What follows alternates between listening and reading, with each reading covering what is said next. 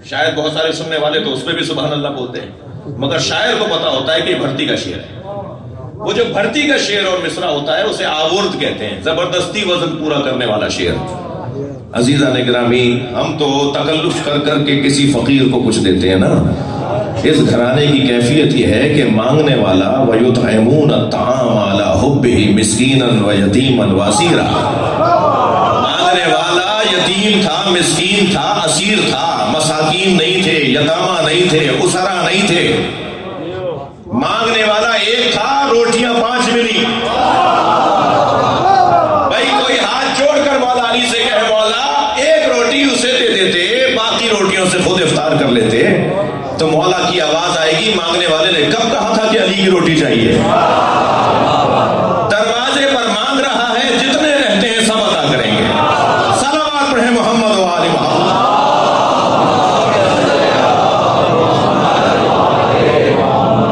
الحمدللہ، اللہ کا شکر ہے کہ ہم پر یہ بات روشن ہے کہ مانگنا بھی ہے تو ان سے مانگنا ہے جنہیں اللہ واسطہ فیض بنا رہا ہے۔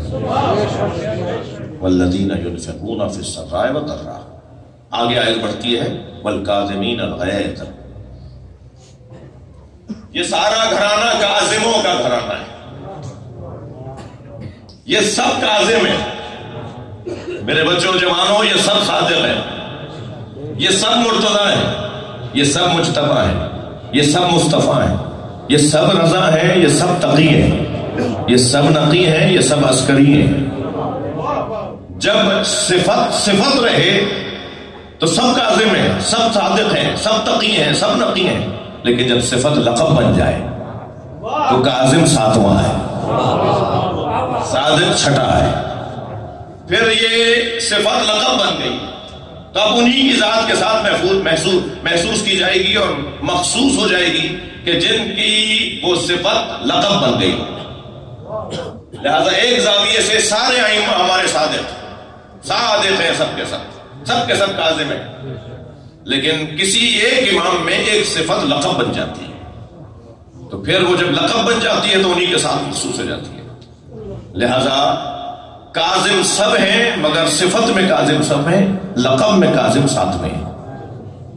تو قرآن پکار کے کہہ رہا ہے والکاظمین الغیظ، یہ گھرانہ وہ ہے جو غصے کو کظم کرنے والا ہے، روکنے والا ہے، ختم کرنے والا ہے۔ مشق جب پانی سے بھر جاتی ہے تو اس کے لیے لازم ہوتا ہے کہ اس کے دہن کو رسی سے باندھا جائے تاکہ پانی بہے نہیں، پانی بہنے سے بچایا جائے۔ وہ جب بھری ہوئی مشق کے دہانے کو باندھا جاتا ہے، اس باندھنے کو کظم کہتے ہیں۔ جب انسان کے سینے اور ذہن کے اندر، اس کے وجود کے اندر غصہ بھر جائے تو اس غصے کو روکنے والے کو کاظم کہا جاتا ہے۔ اچھا، کیوں امام موسیٰ کاظم ہی کاظم ہے؟ اس لیے کہ یہ وہ امام معصوم ہیں جن کی زندگی میں غیر شیعوں کے اندر بھی تفرقے اور شیعوں کے اندر بھی تفرقے شروع ہوئے، یہیں سے اسماعیلی شروع ہوئے جو بعد میں جا کر آغخانی اور بوہری کہلائے۔ مگر امام کے زمانے میں جو اسماعیلی، ان کے بھائی حضرت اسماعیل بہت بڑے عالم تھے، حضرت اسماعیل بہت بڑے عالم تھے، حضرت زید شہید بہت بڑے عالم تھے، حضرت اسماعیل ابن امام جعفر صادق بہت بڑے عالم تھے، حضرت سید محمد بلد، آپ عراق جاتے ہیں ان کے مزار پر، اتنے بڑے عالم تھے کہ عام لوگوں میں یہ بحث شروع ہو گئی تھی کہ امام عسکری امام بنیں گے یا سید محمد امام بنیں گے۔ اتنے قابل شخصیت، اتنے بہادر شخصیت، اہلیتوں سے سرشار شخصیت حضرت سید محمد بلد کی، اور اسی طرح حضرت اسماعیل کی یہاں بھی قابلیت کمال پر تھی۔ دو طرح کے لوگ ہو گئے، کچھ نے کہا یہ امام ہے ہمارے، کچھ نے کہا یہ امام ہے۔ امام جعفر صادق نے کوئی کسر نہیں رکھی، کوئی بال برابر بھی امام نے دقیقہ فروگزاشت نہیں رکھا جس پر یہ طے نہ کیا ہو کہ تمہارے میرے بعد امام موسیٰ کاظم ہے۔ مگر اس کے باوجود کچھ لوگوں نے ایسا کیا کہ حضرت اسماعیل کو، اور ان کے انتقال بھی ہو گیا امام کے سامنے، حضرت اسماعیل کا امام ششم کے، امام موسیٰ کاظم کے والد امام جعفر صادق کے زمانے میں انتقال ہو گیا، امام نے اپنے ہاتھوں سے ان کا جنازہ اٹھایا۔ اپنے بیٹے کو نماز جنازہ پڑھ کر اپنے ہاتھوں سے دفنایا. یہ جو ہمارے یہاں مقام دیا جاتا ہے جنازے کو قبر تک لے جاتے ہوئے کہ روکو چہرہ دکھاؤ پھر دوسرے لوگ بدلیں اور پھر کہاں تھا دوسرے لوگ دیں، یہ ہوتا ہے نا. تو یہ جو مقام دیتے ہیں ہم میت کو قبر تک لے جاتے ہوئے کہ 3 جگہ مقام دینا ہے، یہاں روکنا ہے، پھر تھوڑا آگے بڑھے پھر روکنا ہے، پھر قبر کے پاس جا کے روکنا ہے، یہ مقام امام نے پہلی مرتبہ کیا تھا اپنے بیٹے اسماعیل کے جنازے پر، اور چہرہ کھولا تھا. یہ جنازہ رکھو چہرہ کھولو تاکہ دیکھ لیں، کل کو نہیں کہیں وہ زندہ ہیں، اچھی طرح دیکھ لو، آؤ چہرہ دیکھو آ کر. یہ چہرہ دیکھنے کا رواج امام جعفر صادق کے زمانے سے شروع ہوا ہے تاکہ یقین ہو جائے کہ یہ مر گئے، ان کی رحلت ہو گئی ہے. اور اس کے بعد سے کیونکہ ائمہ اہل بیت کے تو اعمال ہی ہمارے لیے حجت ہے نا، ان کا دیا ہوا طریقہ. تو حضرت نے اپنے ہاتھوں سے دفنایا، اس کے باوجود کہنے لگے یہ غیبت میں چلے گئے، ہمارے امام اسماعیل ہیں اور یہ غیبت میں چلے گئے، اور وہاں سے ایک فرقہ بن گیا. اب معصوم کو میرے مولا امام کاظم کو، اچھا آپ تھک تو نہیں رہے میری بات؟ یہ خوش گفتگو اگر نہیں ہے تو ایک صلوات پڑھے ذرا.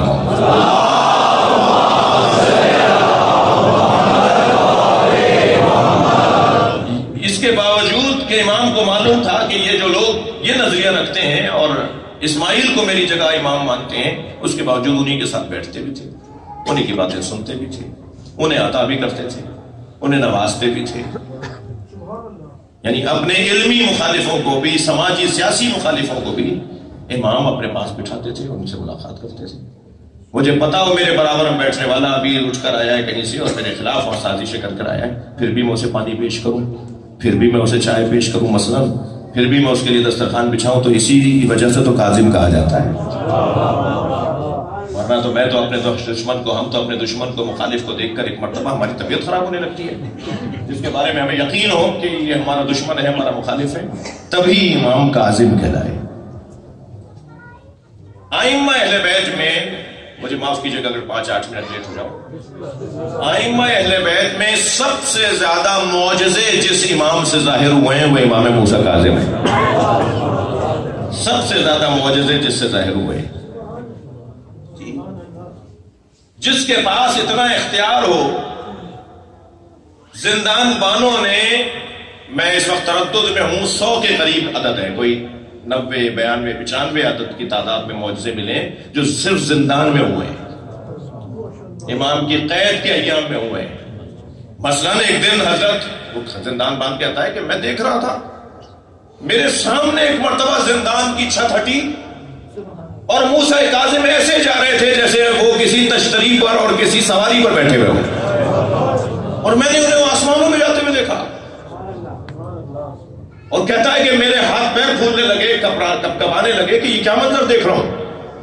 اور یہ پریشانی بڑھ گئی کہ اگر میرا مثلاً بادشاہ اس وقت کا ہارون رشید اگر مجھے پوچھ لے کہ یہ کہاں چلے گئے تو میں کیا جواب دوں گا؟ میری تو زندگی میرے مجھ سے چھین لی جائے گی. کہتا ہے کہ ابھی میں اس کیفیت میں تھا کہ دوبارہ امام ایسے ہی اتر رہے تھے، اور جب میں نے پوچھا کہ مولا حضرت یہ کیا ہوا، آپ کہاں گئے تھے؟ اچھا انہیں پتا ہے زندان بان اکثر مولائی ہو جاتے تھے. صلوات پڑھنے ذرا محمد والے. امام کا زندان بدلنے کا سبب بھی یہ تھا کہ ہر زندان بان امام کے یہ معجزے دیکھ کر توبہ کرتا تھا، معافیاں مانگتا تھا، مگر یہ کہ ڈھونڈا گیا ایسا بندہ کہ جس کی طینت میں خرابی تھی، جس کا خون خراب تھا. صلوات پڑھے ذرا محمد والے.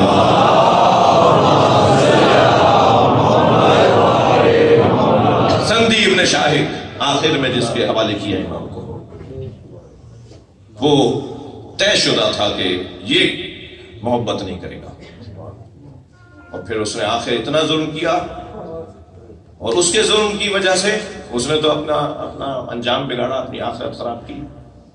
امام کو تو ویسے ہی کاظم بنایا تھا، امام کو تو شہادت لینی تھی، وہ ایک علیحدہ بات ہے، اور تم نے اپنی آخرت خراب کی، یہ بھی ایک علیحدہ بات ہے. وہ جو شیر کا واقعہ ہے کہ بھوکے شیروں کو چھوڑ دیا امام کے سامنے تاکہ امام کے اوپر وہ حملہ کریں. آپس میں طے کر لیا کہ ہم کہیں گے صاحب جانور کھا گئے، جانوروں نے موڑ دیا، جانوروں نے بوٹی بوٹی کر دی. مثلا یہ سوچ کر بھوکے شیروں، ایک بھی نہیں کئی بھوکے شیروں کو چھوڑا.